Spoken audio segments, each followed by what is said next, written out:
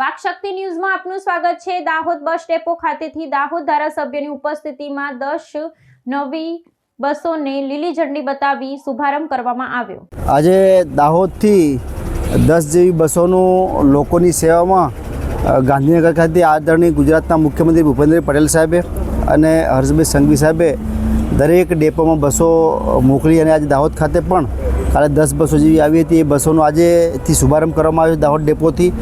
અને આ બસો દાહોદની સમગ્ર જનતા માટે ખૂબ જ સલામતી, સુરક્ષિત અને આરામદાયક સવારી માટેની બસો છે, જેમાં આધુનિક લક્ઝરી સુવિધા સાથે હમણાં જ મેં ગાડીમાં ઉતરતા જોયું તો મેં ડ્રાઈવરશ્રીને પૂછ્યું કે ભાઈ આ કેમેરો છે, જેને કીધું ભાઈ સાહેબ રિવર્સ કેમેરા છે। એવી આધુનિક બસો જે આપણે પ્રાઇવેટ બસોમાં પણ જોઈએ છે એના કરતાં પણ સારી સુવિધા સાથેની બસો દાહોદની સમગ્ર જનતા માટે અને ગુજરાતની જનતા માટે પણ સરકારે મૂકી। ત્યારે હું દાહોદના મારા ભાઈઓ બહેનોને વિનંતી કરું છું કે આપ સૌ પણ આ જે બસો છે એનો લાભ લો અને હમણાં ભાઈ સિસોદિયાજીએ વાત કરી એમ પહેલાં ઇસ્તેમાલ કરો, પછી વિશ્વાસ કરો કે બસમાં તમે એકવાર સવારી કરો કે જે બસો કેવી સરસ, સુંદર અને આરામદાયક બસો બને, જાનદાર બસો, શાનદાર બસો।